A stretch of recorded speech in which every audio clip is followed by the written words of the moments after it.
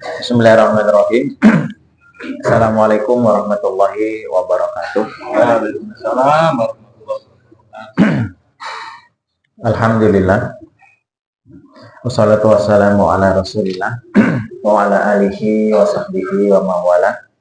Amma ba'du. Alhamdulillah, para jamaah sekalian yang dirahmati Allah, kita dipertemukan kembali pagi hari ini. Cuman saya ini materinya tadi tidak ada materi, katanya Pak Sasari, tidak ada request materi Pak ya.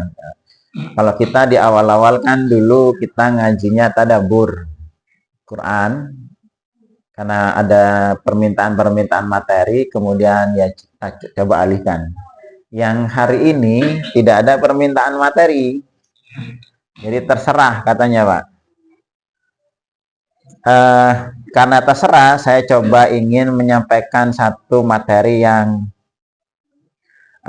mohon kepada jamaah untuk siap-siap dulu ya, karena saya coba ingin upgrade materinya Pak ya, upgrade materi nih Pak, koyo spare part upgrade Pak ya. Begini, saya melihat membaca di chatnya para jamaah sekalian di grup, kan memang kayak semacam terjadi kebingungan lah bahasanya ya, dengan melihat kondisi yang seperti sekarang ini. Sebenarnya kalau harus bingung itu dari awal Pak ya. Sekarang ini kan hanya sekedar turunannya, kerusakan-kerusakan itu. Kenapa bingung? Karena ya memang orang bingung tuh karena tidak punya pegangan yang jelas Pak, sehingga akhirnya kan bingung dengan setiap kejadian, gampang kaget gitu Pak ya. Kenapa? Kalau orang beriman tuh kan kalau dalam surat Ibrahim ya, seperti masalu kalimatin thayyibatin kasajaratin thayyibah asluha sabitun wa far'uha fis sama. Itu kan kayak begitu Pak. Perumpamaan kalimat yang baik itu seperti pohon yang baik. Orang-orang beriman itu layaknya orang yang seperti pohon yang baik. Asluha sabitun, yang akarnya itu menghujam kokoh ke dalam bumi. Wa far'uha fis sama, dan cabang-cabangnya, daunnya itu rindang menjulang ke langit. Artinya dia kokoh. Namanya pohon kalau akarnya kokoh, mau kena angin sekalipun ya, jangankan cuman angin kecil ya, mau angin besar sekalipun hanya goyang-goyang sedikit. Tapi coba kalau pohon yang tidak punya akar Pak, jangan kena angin, kena tuding begini tuh sudah roboh Pak. Kondisi kayak itu gambaran orang-orang beriman tuh begitu. Jadi kokoh dia, karena dia tahu apa yang menjadi tujuan utama mereka berada di muka bumi ini Pak. Coba tujuan kita ini di sekarang ini diadakan oleh Allah itu apa? Kan sudah jelas kita tahu ya. Wa ma khalaqtul jinna wal insa illa liya'budun. Jadi tujuan kita ke muka bumi ini diadakan oleh Allah ini untuk tidak ada yang lain loh Pak ya. Ingat kalimat ayat ini ya, tidak ada yang lain tujuan kita. Illa liya'budun. Hanya untuk beribadah kepada Allah. Nah, cuman nanti yang jadi masalah, kalau saya tanya lagi terus kan, ibadahku opo gitu kan. Kita kan diperintah oleh Allah untuk ibadah, tidak ada yang lain loh Pak tujuan kita Pak. Bukan untuk bersenang-senang kita diciptakan, bukan untuk main-main, tapi satu, cuman hanya untuk ibadah saja. Kalau dalam tafsir disebutkan liwahidun Pak, illa liya'budun. Ada Ibnu Abbas menafsirkan illa liyuwahhidun, untuk mentauhidkan Allah Subhanahu wa taala, karena ibadah itu adalah untuk mentauhidkan Allah. Tauhid Pak, apa tauhid itu? Mengesahkan Allah. Nah, yang jadi masalah itu kan bahasa teori loh Pak. Kalau bahasa teori bisanya kebanyakan saya pengalaman isi pengajian di mana-mana tidak nyambung dengan praktek. Karena gagal bahasanya mengkolerasikan antara teori dengan prakteknya, Pak. Coba contoh kayak begini ya. Kita diciptakan oleh Allah untuk beribadah. Ya. Sekarang jadi pertanyaan, ibadah itu apa? Ya. Kalau sudah tahu ibadah apa, terus bentuknya ibadah itu apa saja? Sehingga kita harus melakukan itu. Kan gitu kan ya? Jadi ibadah itu apa ibadah itu? Kan begini. Asal kata dari abadah, ya kan? Abadah itu maknanya abdun, Pak. Apa makna abdun? Buddha aslinya, Pak. Ya abadah ya abudu. Kan makna Buddha itu bahasa Arab kan abdun, Pak. Nah, kita ini kan abdun. Abdunnya Allah. Jadi namanya Abdullah.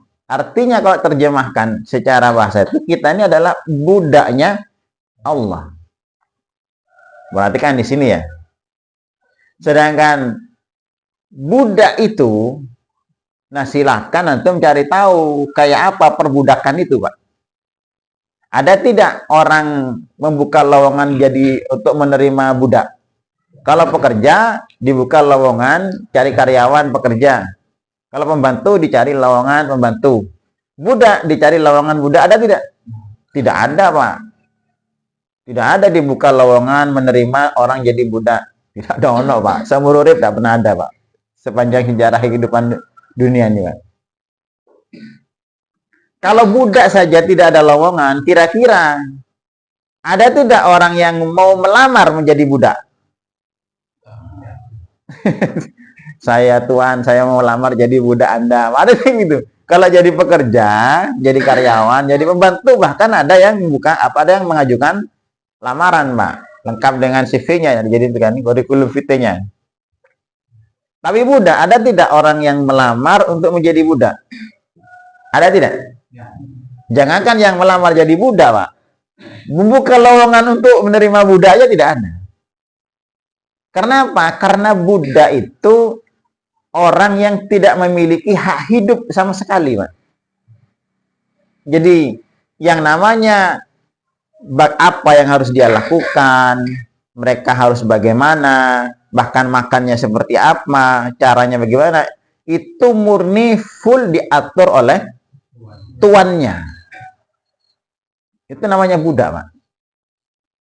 Maka sepanjang sejarah kehidupan bumi ini, sampai nanti hari kiamat, tidak akan pernah ada orang yang mau menjadi budaknya seseorang. Karena budak itu tidak memiliki hak hidup sama sekali. Nah, tapi beda ketika kita ingin menjadi budaknya Allah. Kita ngelamar, Pak. Bahkan kita minta setiap hari minimal 17 kali. Kan iya kah? Na'budu, hanya kepadamu ya Allah saya membudakkan diri, Pak. Itu kan omongan kita setiap hari. Sebelum bahas lebih dalam ya, Pak ya. Jadi kita itu ngelamar jadi budaknya Allah. Dan memang itulah posisi prestasi tertinggi bagi kita, Pak. Kapan? Ketika kita diakui oleh Allah sebagai budaknya. Masalahnya kita ini diakui wondak, Pak. Sing menganggap kita nih budak Allah, Abdullah, hamba Allah, bahasanya kan ya. Sing ngomong begitu siapa? Kita apa Allah, Pak? Allah. Bukan, Pak. Kita, Pak. Kita nih hamba Allah. Tapi Allah mengakui tidak kita ini sebagai hambanya. Itu jadi masalah, Pak. Kalau kita menganggap kita ini adalah hamba Allah, budaknya Allah, Abdullah. Makanya kalau nyumbang lek keping ndak kau jenenge kan dari siapa? Abdullah, kan gitu kan ya? Itu kan pengakuan. Ini kan pengakuan, Pak. Pengakuan ini tidak bisa dijadikan legalisir, Pak. Pas saya bilang begini, saya ini orang yang paling tampan, selalu macam. Pengakuan. Boleh enggak begitu? Boleh saja. Tapi apakah benar orang paling tampan selalu macam? Cuma sekedar pengakuan, Pak ya. Atau sebaliknya Pak Satria bilang begini, saya ini orang paling cerdas selumajang. Boleh tidak? Ya boleh saja Pak. Tapi apakah benar orang paling cerdas selumajang? Belum tentu, karena pengakuan. Saya ini hamba Allah. Sing ngomong ngono sapa, Pak? Kita sendiri, tapi Allah mengakui tidak? Kita sebagai hambanya. Ini jadi masalah, Pak. Makanya karena kita khawatir tidak diakui, bendino jangan ya Allah, iyaka na'budu, hanya kepadamu kami, saya membudakkan diri, gitu Pak. Jadi kita bahkan ngelamar untuk menjadi budak. Nah, sekarang pertanyaan, perhatikan, budak itu koyo opo kan gitu, Pak. Itu yang ilmu dasar ini, Pak ya. Nama budak tidak bisa punya hak hidup. Mau makan apa, mau pakaian apa, mau melakukan apa, mau beraktivitas, itu semua harus sesuai dengan instruksi dari majikan. Ya.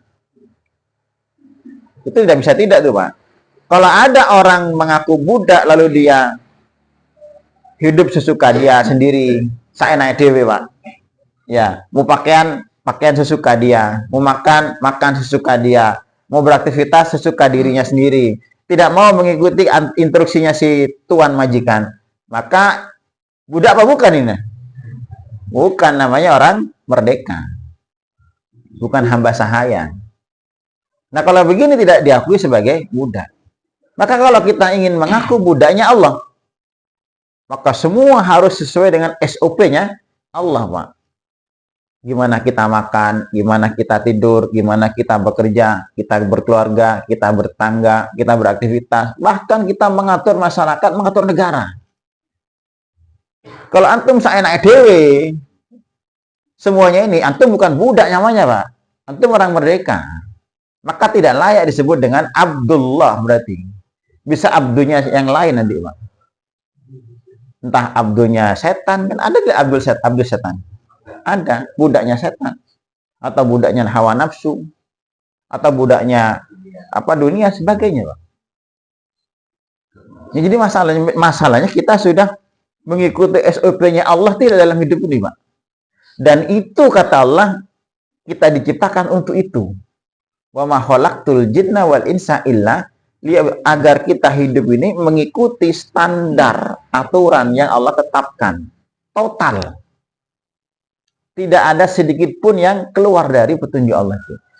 Makanya bagi seorang budak itu sesuatu yang paling penting, yang paling istimewa, yang membuat mereka itu statusnya budak atau bukan adalah perintah SOP instruksi dari si majikan, Pak. Sebab budak itu kalau tidak ditutup gini, Pak, diperintah, dia tidak akan jalan, Pak. Tidak boleh budak itu mengambil inisiatif sendiri, tidak boleh. Antum belajar coba perbudakan. Ya, ya model kayak robot lah, dipencet melaku. Ya, timur ke barat, diam, tidak ada perintah, diam dia. Itu budak namanya, Pak. Maka bagi seorang budak yang namanya instruksi dari tuan majikan itu menjadi sesuatu yang paling penting. Karena inilah yang membedakan antara statusnya sebagai budak atau orang merdeka. Kalau orang merdeka tidak usah diperintah, Pak. Iya kan? Bebas akar PDW orang merdeka. Tapi kalau budak tunggu perintah. Makanya karena itu yang paling penting itu yang kita minta setiap hari, Pak. Ihdinas siratal mustaqim itu, Pak. Kan setiap hari kita minta itu, Pak. Tunjukkan saya jalan lurus, tunjukkan SOP-nya ya Allah. Saya mau bagaimana? Apa yang harus saya lakukan seterusnya? Itu begitu. Dan itulah tujuan utama dalam hidup kita. Itu sekilas masih sekedar pemahaman saja secara bahasa, Pak. Sekarang jadi pertanyaan begini, Pak. Karena kita ini ingin tujuan utama adalah membudakkan diri kepada Allah. Abadah itu budak, Pak ya. Bahasanya jangan diartikan menyembah lah, biar tidak susah. Aslinya kan abadah itu budak aslinya, Pak. Ya, budu membudakkan diri. Artinya kita mengikuti seluruh instruksi dari sang majikan. Itu maknanya, itu tujuan kita, Pak. Illa liya'budun. Makanya diartikan oleh Ibnu Abbas, liya'budun itu liwahidun, untuk mentauhidkan Allah saja. Artinya segalanya apa yang kita lakukan murni dari Allah Subhanahu wa taala. Tidak boleh ada setiap yang kita lakukan keluar dari instruksi Allah. Ini tauhid namanya, Pak. Kalau antum melakukan sesuatu di luar instruksinya Allah, antum tidak bertauhid namanya, atau tauhidnya rusak. Itu maknanya tauhid itu begitu. Nah, sekarang jadi pertanyaan, Pak, ya. Makanya saya katakan, saya akan nyampaikan agak panas ini, Pak, ya. Biar pahamlah aja. Selama ini saya tahan-tahan ya, Pak, ya. Sekarang tidak saya tahan. Ya. Coba sebutkan contoh ibadah. Ibadah itu macamnya apa saja? Coba sebutkan. Salat ibadah, betul, Pak. Karena memang inna sholati wa nusuki kan gitu kan ya. Aqimis sholata lidzikri, salat itu ibadah. Jelas, karena salat itu ibadah, maka yang namanya ibadah itu, ingat-ingat ini, Pak, kata kuncinya, Pak, ya. Ibadah itu hak khusus Tuhan. Ingat ya, ibadah itu hak khusus Tuhan, Pak. Tidak boleh ibadah itu ditujukan kepada selain Tuhan. Nah, kita punya Tuhan siapa? Allah, Tuhan kita. Maka ibadah itu adalah hak khusus Allah, Pak. Ketika ibadah kita tujukan kepada selain Allah, saat itu adalah namanya syirik. Salat itu ibadah. Ibadah itu hak khusus Allah. Maka kita sholat harus hanya untuk Allah. Ketika antum sholat untuk selain Allah, saat itulah namanya antum melakukan kesyirikan. Sampai di sini paham? Bisa ditanya tidak? Coba lagi sebutkan contoh ibadah. Hah? Kerja ibadah juga. Iya, kerja kan? Karena kerja ini ibadah, maka kerja harus ditujukan kepada Allah, Pak. Kalau kita kerja untuk selain Allah, maka kerjaan kita namanya syirik itu, Pak. Ada tidak nanti orang kerja untuk selain Allah? Kerja kayak apa? Kayak makani bojo, kayak ngingoni anak-anak. Apa begitu? Kerja ibadah itu, Pak. Ya memang ibadah, Pak. Karena itu perintah Allah. Tapi kerjanya karena apa? Kenapa kamu bekerja? Karena Allah perintahkan bekerja. Terus untuk apa? Ngingoni bojo? Apakah karena bojonya? Apa karena istri kita bekerjanya? Bukan. Karena kita diperintah oleh Allah untuk mengingoni apa? Mengingoni itu menafkahi istri, Pak. Bukan karena kita istrinya, bukan. Tapi karena perintah Allah kita harus menafkahi istri. Maka semua jadi ibadah. Apalagi ibadah? Contohnya ibadah coba. Menikah jelas ibadah kan? Yang mahdoh apalagi? Ibadah kan gair mahdoh, Pak. Yang mahdoh. Puasa jelas. Adalahnya jelas tuh, Pak, ya. Ada perintah untuk apa? Kutiba alaikumusiyam. Jihad jelas ibadah. Ya, jihad itu memang hukumnya wajib hukumnya. Cuman wajibnya bisa kifayah, bisa wajib ain. Jihad. Ngaji kayak begini, pengajian juga bagian dari ibadah kan. Talabul ilmi fardhatun ala kulli muslim wa muslimah. Kewajiban kan bagi kita, bagi setiap muslim dan muslimah. Banyak ibadah itu, Pak. Nadar juga ibadah, Pak. Bernadar. Nyembelih sembelihan juga ibadah. Inna sholati wa nusuki. Nusuk itu kan sembelihan. Maka ketika kita menyembelih untuk Allah, namanya kita sedang beribadah kepada Allah. Tapi kalau kita menyembelih untuk selain Allah, saat itulah kita melakukan kesyirikan, Pak. Keluar dari SOP. Ada tidak orang menyembelih untuk selain Allah? Yo akeh, Pak, ya kan? Ada yang gaya gedung nyembelih dhisik kan? Ya, kata apa saja yang boleh dulu. Untuk selain Allah dia kan, dia tujukan untuk selain Allah.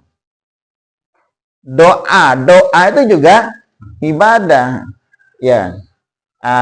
Ud'uni astajib lakum. Innal ladzina yastakbiruna an ibadati, kan gitu kan ya? Mintalah kepadaku, doalah kepadaku, astajib lakum. Nanti akan aku kabulkan. Innal ladzina yastakbiruna an ibadati, kan gitu kan ya? Sesungguhnya orang-orang yang menyombongkan diri dari an ibadati. Maksudnya dari ibadah kepadaku, maksudnya dari berdoa kepadaku. Dia itu termasuk orang-orang sombong. Jadi semua ibadah. Nah, saya sampaikan di sini Pak, ada satu macam ibadah lagi yang di Quran dalilnya lebih banyak dari ibadah sedekah, lebih banyak dari ibadah doa, lebih banyak dari ibadah sholat, lebih banyak dari ibadah ngaji apalagi haji cuma sekali Pak. Ini salah satu bentuk ibadah di Quran Pak ya, bukan di hadis, bukan. Ini anak apa ya? Ibadah. Ya. Apa ibadah apa itu? Ini yang mau saya sampaikan agak panas Pak. Ya. Ibadah apa? Ini ibadah mahdoh loh Pak. Mahdoh Pak ya. Saya katakan ini ibadah mahdoh nih Pak. Saya sampaikan dalil ini sangat banyak di Quran. Bukan hanya satu. Kalau nadar cuma satu dalilnya. Kalau doa cuma satu dalilnya. Sholat, akimis sholat itu aja. Puasa cuma satu. Tapi ini banyak, Pak. Ini juga bagian dari ibadah. Apa itu? Penyandaran, pembuatan hukum. Jadi hak membuat hukum, membuat aturan, membuat tata tertib itu hak khusus Tuhan, Pak. Dan itu ibadah yang Allah sebutkan, ibadah yang mahdoh, Pak. Maka ketika kita menyandarkan pembuatan hukum ini tidak enak nih Pak ya, materinya agak panas Pak ya. Kan saya mau sampaikan materi tentang agama, menyampaikan materi politik loh Pak. Ketika kita menyandarkan hak pembuatan aturan hukum ini kepada Allah, kita tujukan kepada Allah, maka itulah ibadah namanya Pak. Dan kita saat itu mentauhidkan Allah. Tapi ketika kita menyandarkan pembuatan hukum ini kepada selain Allah, misalnya kepada manusia misalnya, maka kita sedang melakukan kesyirikan. Karena ibadah itu adalah hak khusus Tuhan. Selain Tuhan tidak berhak untuk mendapatkan ibadah, diibadahi. Jadi kan kita punya Tuhan namanya Allah. Nah, dari mana dalilnya? Ini saya sampaikan. Saya tidak akan ngecap, ini masalah agama loh Pak. Dan ini pondasi. Kalau saya ngomong tanpa dalil nanti idoni Pak. Coba lihat dalam surat kok jadi lupa jadi Pak. Surat Yusuf Pak ya. Surat Yusuf ayat 40. Nanti saya sampaikan dalilnya banyak sekali Pak. Kalau perlu nanti saya rinci satu persatu. Biar antum lego. Ya. Ini masalah agama. Dan materi kayak begini ini materi yang rawan, Pak. Nanti materi rawan, kalau antum tidak mengikuti dari awal, mengikuti setengah-setengah atau kurungu sak kupingan, nanti terkesan ini materi yang radikal. Coba lihat surat Yusuf. Surat ke 12, Pak. Surat Yusuf 12 apa ya? Ayat ke 40, Pak. Coba dilihat tuh, Pak. Bawa Quran. Yang bawa Quran. Saya bacakan pelan-pelan nih Pak ya. Ini jangan dikira nanti saya yang mengada-ngada. Ini masalah prinsip loh Pak ya. Pensiun semua sudah pada bawa balik pensiun. Ya. Coba di potongan ayat ada potongan pertengahan ayat ada ayat bunyi begini. Inil hukmu illa lillah. Ketemu Pak ya? Inil hukmu illa lillah. Amara alla ta'budu. Ada kalimat ta'budu illa iya. Dalikad dinul qayyim walakinna aksarun nasi la ya'lamun. Coba kita terjemahkan pelan-pelan ya. Inil hukmu, sesungguhnya al-hukmu. Sesungguhnya hak membuat hukum. Tahakum, hukmu itu membuat aturan, membuat hukum. Hukum itu apa sih, Pak? Ini boleh, ini tidak boleh, ini dilarang, ini legal, ini ilegal, ini legal, kan gitu kan ya? Itu namanya hukum, aturan, Pak. Sesungguhnya hak membuat aturan, al-hukmu, hak membuat hukum, illa, kecuali lillah, hanyalah milik Allah. Illa, ada hasr di situ, Pak, ada pembatasan, Pak. Artinya selain itu tidak berhak. Semua yang ada di masjid ini yang pakai sarung silakan, yang tidak pakai sarung silakan, semua yang ada di masjid ini silakan keluar kecuali yang pakai sarung misalnya gitu. Artinya yang tidak pakai sarung wajib keluar, Pak. Hanya tersisa kecuali pembatasan. Makna illa itu begitu. Nah, hak membuat aturan hukum itu hanya milik Allah. Artinya tidak boleh selain Allah membuat aturan. Ini dalil, Pak ya.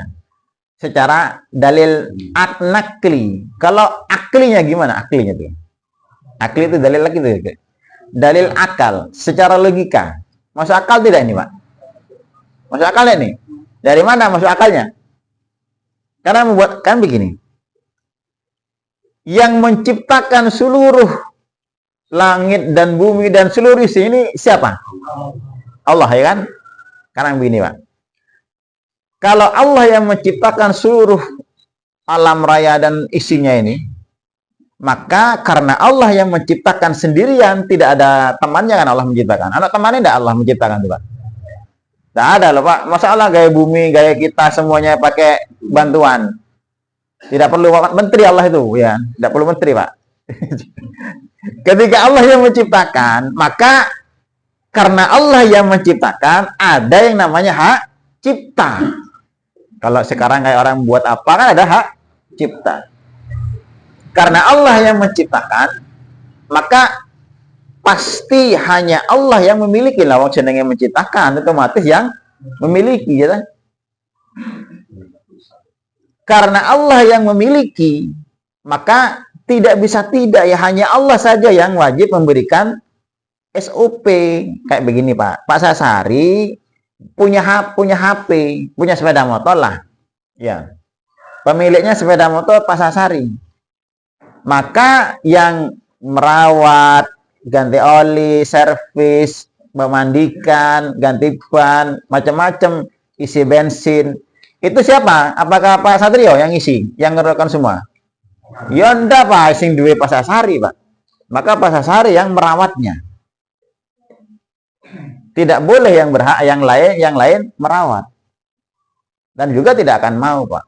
Kita ini ciptaan Allah. Berarti kita ini miliknya Allah, Pak.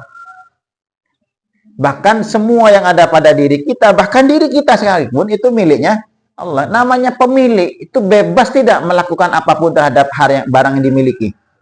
Bebas loh, Pak. Mau dibanting, mau digentes, ya kan? Mau ditaruh di atas, di tempat mulia, mau taruh di bawah ngisore amben juga tidak ada masalah. Karena dia pemilik. Ya kan? Nah, karena Allah yang memiliki itu, maka Allah yang nanti akan merawatnya, Pak.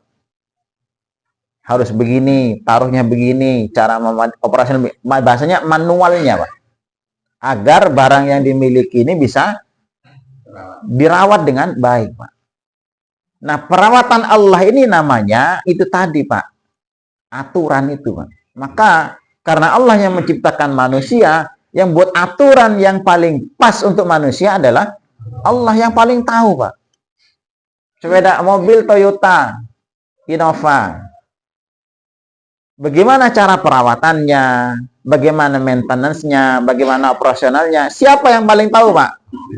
Tukang kayu atau pabrik Toyota? Tukang kayu, Pak. Kan itu sekarang, Pak, ya. Karena yang tahu yang buat Toyota, maka yang berhak mengeluarkan manual operasional, ya, itu adalah Mebel, Pak. Ya, Toyota sendiri. Kalau tukang kayu yang mengeluarkan apa petunjuk manual booknya, bisa tepat pemakaiannya atau ngawur, Pak? Ngawur, Pak. Ahlinya. Ya, karena bukan ahlinya, bukan hanya ahlinya, bukan menciptanya. Ini logika ya. Coba antum ikuti logika berpikir ini, Pak. Karena yang membuat kita ini Allah, Pak. Allah tuh tahu rasa takut kita seberapa, rasa berani kita seberapa, ngawurnya kita seberapa, pengecutnya kita seberapa, itu Allah semua tahu ukuran kita. Maka ketika Allah buat aturan, ini buat aturan jebret untuk manusia, kira-kira pas apa meleset, Pak? Pasti pas, Pak. Bukan hanya Pertamina. Ya, pasti pas. Iya kan? Pasti pas. Itu aturan yang Allah buat, itulah namanya hukum Allah, Pak. Maka tidak mungkin ada yang namanya aturan hukum Allah itu yang tidak pas dengan manusia. Tidak mungkin. Kayak tadi, pabrik Toyota mengeluarkan petunjuk manual untuk mobil Kijang Innova.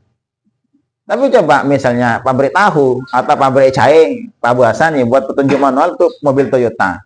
Bisa salbut itu, Pak ya. Makanya kita manusia ketika kita ingin hidupnya kita lurus, hidupnya kita center, harus mengikuti aturan karena Allah yang buat kita. Paham di sini? Misalnya kita tidak mau, ya Allah, tidak enak, saya tak buat aturan sendiri. Gimana jadinya, Pak? Ono mobil Kijang Innova mau buat aturan sendiri, cara operasionalnya Kijang Innova. Tidak mau menggunakan petunjuk yang dibuat oleh pabriknya, mau buat sendiri. Iso enggak kira-kira, Pak? Pas, Pak. Bisa tidak kira-kira pas? Ada manusia buat aturan untuk manusia. Pas tidak kira-kira? Ya, tidak mungkin pas, Pak, karena kita tidak tahu diri kita, itu pastinya. Disinilah makanya hak membuat hukum itu hanya lillah, illa lillah. Sampai di sini bisa diikuti tidak? Agak cepat ini. Ya. Biar waktu soalnya, Pak. Boleh. Bentar. Ya, monggo. Mumpung sebelum saya lanjutkan, Pak ya. Ya. Berlanjut. Kalau kita pahami, ini agak panas sudah. Panas. Iya. Panas. Kalau pusat mau panas, tambah panas. Kalau memang semua yang mengatur negara dunia ini hak Allah, berarti dulu orang-orang dulu nggak harus ada undang-undang dasar tahu itu. Karena sudah ada di Al-Quran, begitu maknanya. Iya. Nah, orang-orang dulu yang paham-paham agama, berarti tidak ada undang-undang dasar ini. Cukup bisa pakai Al-Quran, mungkin begitu. Iya. Pak, derivasi dari Quran, Pak. Karena di Quran kan global, maksudnya. Maksudnya itu basicnya kita, turunan aturan yang kecil-kecil itu basicnya ke Quran, Pak. Rujukannya ke Quran dan Sunnah Nabi. Itu loh, Pak. Nah, tidak mungkin di Quran ngatur gimana caranya biar tidak terjadi kecelakaan di jalan perempatan. Ada tidak petunjuk buat lampu merah di Quran? Tidak ada, Pak. Cuman di Quran kan ada petunjuk apa? Menjaga nyawa. Gimana caranya menjaga nyawa? Harus dibuat aturan. Kalau di jalan, mungkin ada lampu merah. Itu turunan, Pak. Dan seperti itu. Nah, tugas kita manusia nih bukan membuat aturan baru, tapi sekedar menderivasi, Pak, dari aturan yang sumber pokoknya itu. Jadi sumber dari segala sumber hidup bagi orang muslim adalah Al-Quran, bukan KUHP. Bukan Undang-Undang Dasar 45. Saya ngomong begini lu ekstrim loh, Pak. Ini terekam loh, Pak. Saya kena subversif nanti ini, Pak. Iya, monggo. Kita statusnya kan hamba Allah, harus menghamba kepada Allah. Itu pun ada kata-kata kita umat Muhammad. Bagaimana status hamba dengan Muhammad? Sama, Pak. Sama-sama Iya. ingin selamat. Iya, sama. Iya. Sama. Kan Nabi Muhammad itu kan satu-satunya manusia yang diakui sebagai hamba oleh Allah. Subhanalladzi asra bi abdihi, jelas kan ya? Maha suci Allah yang memperjalankan hambanya. Oh, jelas, Pak. Statusnya jelas. Kalau kita tidak ada status. Kita yang kita sih ngomong kita ini hamba Allah. Allah belum ada status mengakui kita. Tidak jelas. Akun-akun ya. Jadi tugas kita apa? Menderivasi, Pak. Jadi rujukan hukumnya itu harus dari Allah dan Rasulnya. Ini yang disebut dengan syariat Islam itu, Pak. Sampai jangan ke sana dulu. Kita lanjutkan ayat dulu. Inil hukmu illa lillah. Kemudian ayatnya, baca ayatnya itu. Amaro. Allah memerintahkan Allah agar kalian tidak ta'budu. Agar kalian tidak beribadah. Kalau gitu diartikan ta'budu ya. Agar kalian tidak beribadah illa iya, kecuali kepadanya. Maksudnya apa makna ibadah di sini, Pak? Coba perhatikan ayat. Cara menafsirkan ayat begini, Pak ya. Inil hukmu illa lillah. Hak membuat hukum hanyalah milik Allah. Kemudian Allah mengatakan amaro Allah ta'budu. Allah memerintahkan kalian agar tidak beribadah kecuali kepadanya. Apa makna ibadah di situ? Makna ibadah itu Allah maksudnya adalah agar kalian tidak menyandarkan pembuatan aturan itu kepada selain Allah. Itulah bentuk ibadah, Pak. Kata Allah kan begitu. Dalikat dinul qayyim, itulah agama yang lurus. Kalau begitu lurus antum agamanya.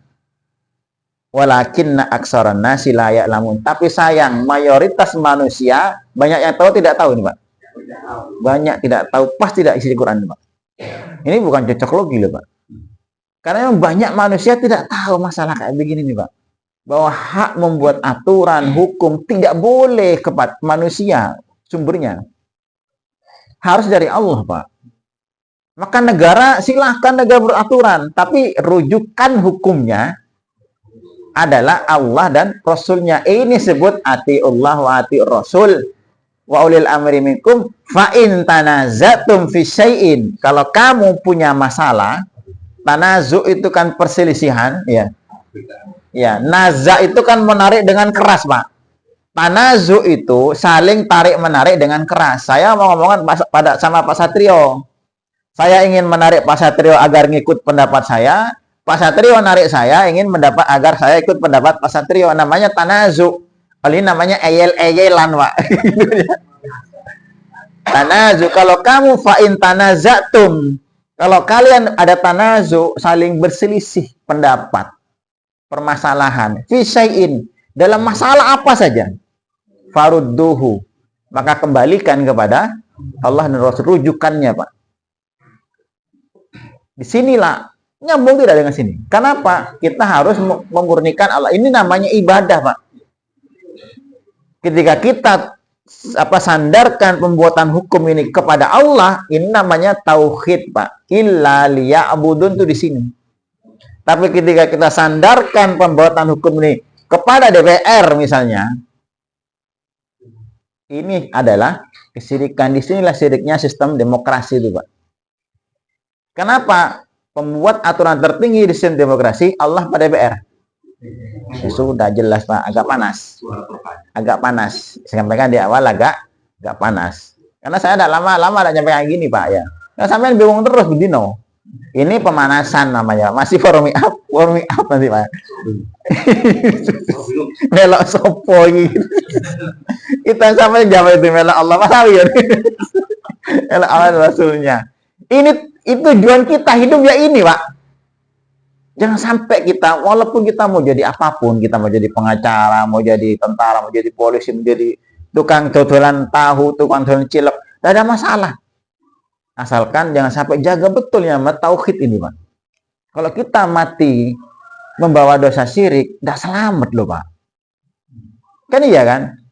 Dosa itu semuanya akan diampuni oleh Allah kalau selama tidak syirik kan. Innallaha la yaghfiru ayyushraka bihi kan. Wala yaghfiru ma duna dzalika liman yasha. Dan ketika kita melakukan kesyirikan sedikit saja, apa la in asyrakta la yahbatanna amaluka. Kalau kamu berbuat syirik Muhammad, kalau kamu berbuat syirik itu Nabi Muhammad diancam loh, Pak. Di surat apa itu? Az-Zumar ya. La in asyrakta, kalau kamu Muhammad berbuat syirik sedikit saja, la yahbatanna amaluka, pasti hapus semua amalmu. Dan di antara bentuk kesyirikan, kita menyandarkan pembuatan hukum ini kepada selain Allah, Pak. Ini dosa syirik dustur namanya. Sirkul dustur, syirik aturan. Sekarang merebak tidak kayak begini nih, Pak. Ini penyakit umat sekarang, Pak. Ini jarang-jarang saya sampaikan kayak begini, Pak ya. Kepokso. Kepokso, Pak ya. Antum biar jelas kayak gini ya. Tidak bingung tok aja, Pak ya. Cuman masalahnya kan radikal ini, Pak. Ini kedengaran lah, ada radikal betul ini, Pak ya. Guru ngono penguasa tidak seneng ini, Pak. Ya.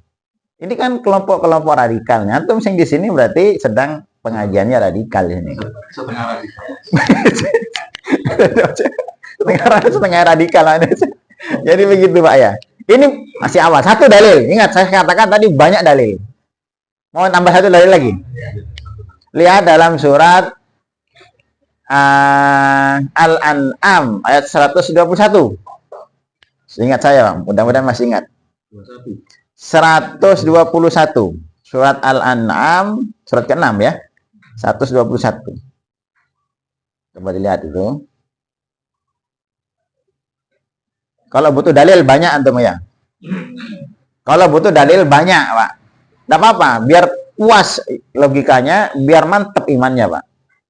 Biar tidak bolak-balik kata melok sopo awon. 121 diingati kan, Pak? Jatuh, Pak ya. Wala ta'kulu mimma lam yudkarismallahu alaihi wa innahu lafiskun. Ketemu gitu ayatnya ya? Wa inna syayatina la yukhuna ila awliyaihim liyujadilukum wa inna ta'tumuhum innakum lamusyikun. Jadi ayat ini kejadiannya begini, Pak. Asbabun nuzulnya itu, Pak. Dalam akidahnya orang-orang Islam di zaman sampai sekarang lah, yang namanya bangkai itu adalah halal apa haram hukumnya? Haram hukumnya. Bangkai lah ya. Tapi di akidahnya orang-orang musyrik, bangkai itu hukumnya adalah halal. Nah, orang-orang musyrikin Mekah itu dulu ketika mereka ingin membuat keraguan-keraguan kepada orang Islam, bilang begini kepada sahabat Nabi, Pak. Bro, cobalah hewan, misalnya kambing yang mati, pagi-pagi mati itu, bangkai maksudnya, Pak ya. Itu sebenarnya bukan mati biasa itu. Itu sebenarnya kambing yang mati itu sebenarnya disembelih oleh Allah dengan pisau emas dengan tangan Allah sendiri. Sing mati itu. Sedangkan kalau kalian nyembelih kambing itu kan pakai tanganmu sendiri, pakai pisau biasa. Mana yang lebih mulia? Sembelihan Allah atau sembelihan kamu? Dikasih subat kayak begitu, Pak. Masa Allah sembelih dengan tangannya sendiri, dengan pisau emas, kamu katakan haram. Sedangkan sembelihan kamu sembelih dengan tanganmu sendiri, pisau biasa, kamu katakan itu halal. Berarti kan lebih hebat sembelihan kamu sama sembelihan Allah. Iya ya, bener pisan. Hampir katut kayak gitu, Pak. Makanya, bangkai itu aslinya sembelihan Allah itu ya halal, itu udah haram. Bener pisan gitu, Pak. Bingung mana, Pak? Iya bener pisan ya. Akhirnya pas sahabat ragu-ragu waktu. Jadi bangkai itu katanya orang musyrik sembelihan Allah, Pak. Allah sendiri yang menyembelihnya, Pak. Pakai pisau emas. Masa sembelihan kita dikatakan halal, sembelihan Allah disebut haram? Berarti kan pelecehan terhadap Allah. Kata orang musyrik begitu. Hampir orang Islam, iya bener pisan ya. Jadi mereka mulai goyah, Pak.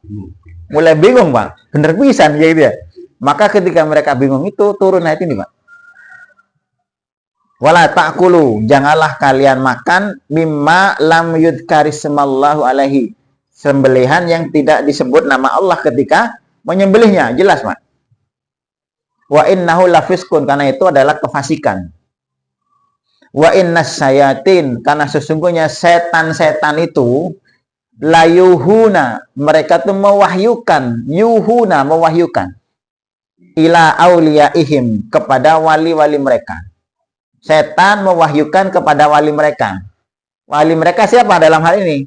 Orang-orang musyrik. Wahyunya apa? Wahyunya apa? Wahyunya tadi bangkai itu haram karena bangkai itu adalah disembelih dengan pisau emas oleh tangan Allah sendiri. Itu wahyunya apa?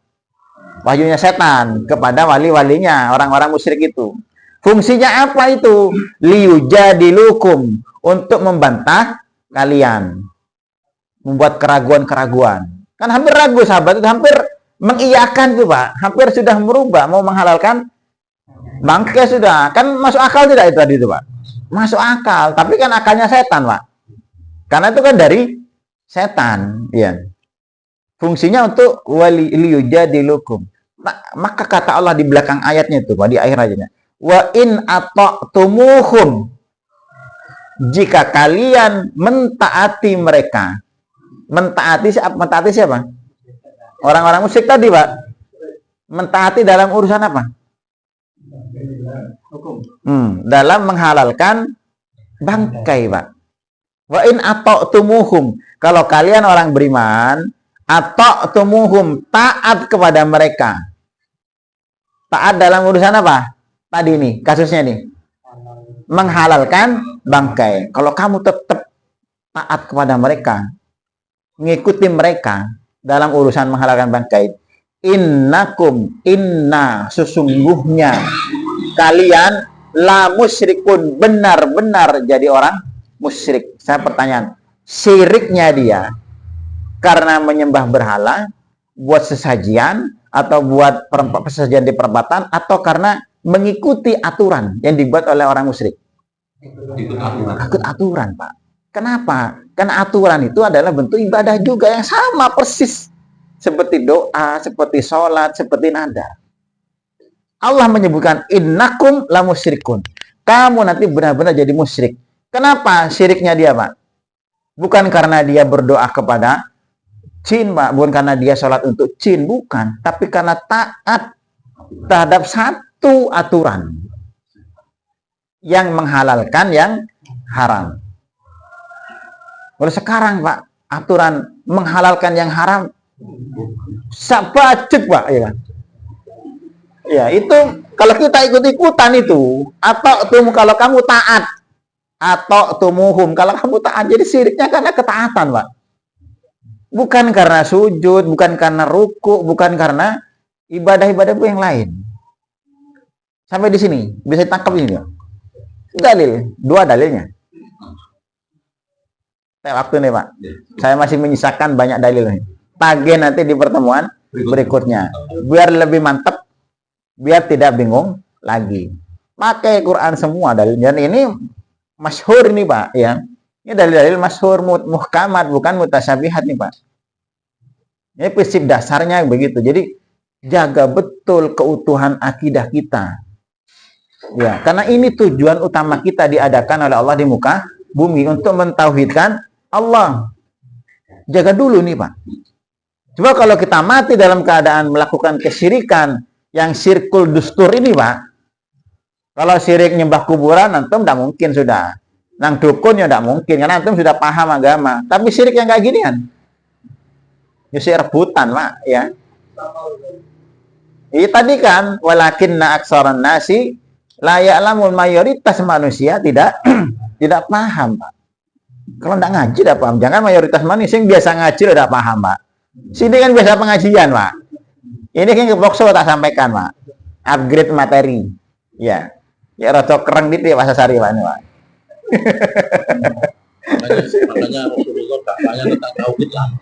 Ini lama Pak. Penentangannya banyak tidak ada Rasul dakwah itu Pak. Coba pertanyaan begini Pak. Di awal-awal dakwah Rasul itu sahabat disiksa. Ada yang Bilal sampai ditindih batu kan. Sumayyah dibunuh, dicocok dari kemaluannya sampai tembus ke lehernya tuh. Kemudian yang Yasir kan ditarik kuda tuh Pak.